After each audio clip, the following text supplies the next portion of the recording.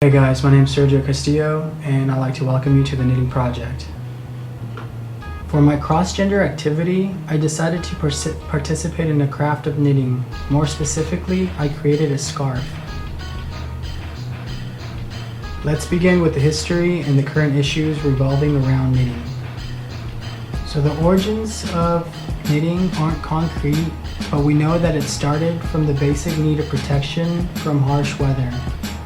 Earliest articles were found were of socks in Egypt, and many of you guys do not know, but men actually started knitting before women did, and with the invention of the knitting machine, everything changed after that as far as who knitted. So you ask, what is knitting? Knitting is a craft that involves two needles and a ball of yarn. The needles are used to manipulate the yarn to create a knitted fabric, and although there are many forms, the most common one that I know of is the knit and stitch and the knit and purl, and that's basically the one I used. Ultimately, the forms utilized will make a pattern. For example, like a hat, gloves, socks, scarves, you name it. So a lot of people often ask, why is knitting perceived to be only for females? Well, the media, which is like magazines, books, shows, and nowadays websites, stereotype this leisure activity. People think that knitting is said to be a woman's craft, and just based on the reading from Gains and Gaps, I've read that through history, women tend to be more involved in arts and crafts activities, whereas men, on the other hand, tend to be more involved in hobbies, collections, and video and computer games.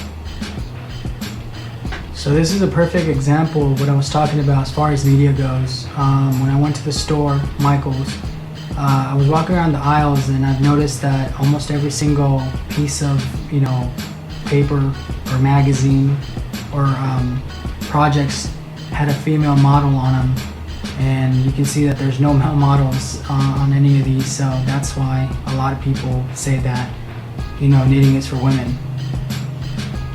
So one of the questions that came up that I didn't have too much information on was how often did males participate in the past as far as knitting goes.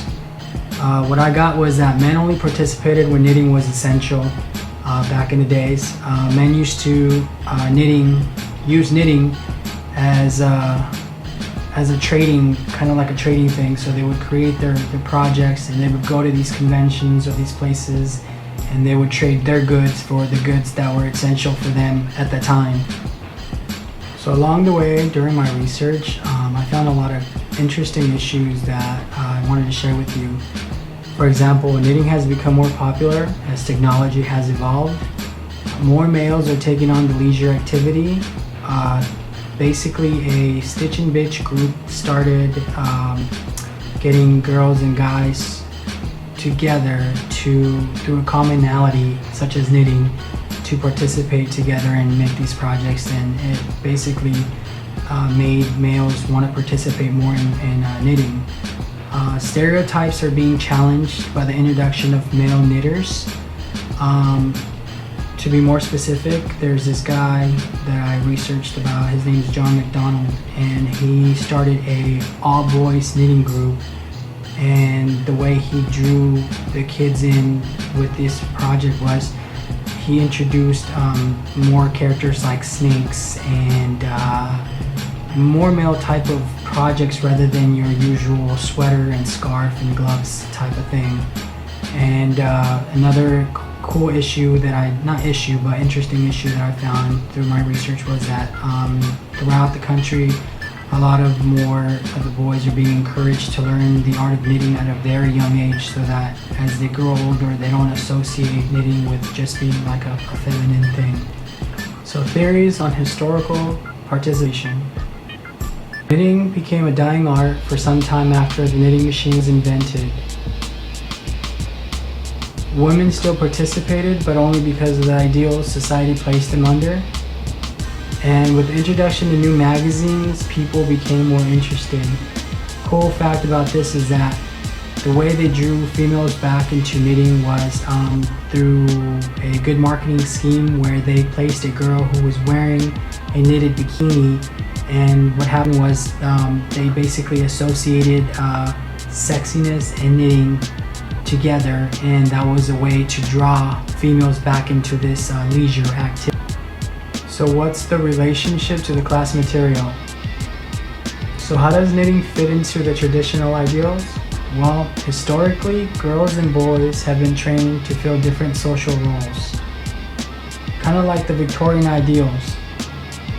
Females were not supposed to participate in activities that exerted energy, and women were basically viewed as fragile and delicate. And so knitting fits into this ideal because when you knit, you're basically just sitting there relaxing, and you kind of feel like you're fragile and delicate because all you want to do is focus on what you're doing. This experience was an eye-opener. Knitting is not for men. That was what I first thought. But after participating in various assignments through the quarter, my perspective changed. Watching Whip It, 14 Women, The Iron Lady, The Calendar Girls gave me more insight on topics in relation to feminism, the culture, and how media, like Calendar Girls, plays a significant role in the types of leisure activities males and females can participate in. Now to the fun stuff. Why have I not tried this before? Well, some of the restrictions, to be honest with you, was that friends would think I was out of my mind for even trying to start any sort of knitting project or any of that stuff. And also, at a young age, we're taught that boys do boy things and girls do girl things, you know? I'm an athlete, and knitting would probably have an impact on the way friends and family viewed me. And also, the media says that, you know, knitting is for females, so I never really thought or saw myself as someone that would start a knitting project. So here's a reflection on personal learning. This experience is actually challenging in a few ways. For example, the first one was just going to Michael's, the store, to actually pick up the supplies. I was surrounded by a bunch of females, and I was just walking around, you know, looking for stuff. They kind of gave me a weird eye because I was this guy in this athletic gear looking for yarn and needles, which I thought was pretty funny. Another challenging experience was the commitment that you had to put into this actual project. 2 hours for 4 weeks.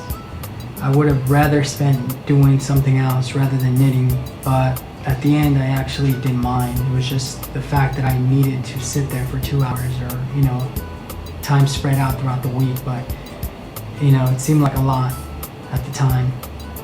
And one of the biggest challenges for me, I think, was just the patience that you have to be a knitter. I didn't know that you had to sit there and physically and mentally focus on the 2 needles and the yarn for a very extended time, and it just, you know, I think that was the biggest challenge, to be honest with you. What are the insights gained? An activity that is stereotyped by gender should not be something that holds people back from participating. Just because society says a particular activity is for a certain gender, it doesn't mean you can't really try it. As a society, we would benefit from being open-minded, not just with leisure activities, but also with many things that act as constrictors in life. And finally, the question that everyone wants to know: would I do it again? Yes, I would actually do this again because I was not very happy with the results of my project. As you can see in this picture, it doesn't look too appealing. It's supposed to be a scarf that wraps around your neck, but I don't know what it turned out to be. Another reason why I would try it again is just because it's such a mind relaxer after a long day of work and, you know, school and, you know, all the other sorts of things that happen in life. when I sat down and actually started knitting, it took me to another different place where I could just calm myself and, ease myself for the night.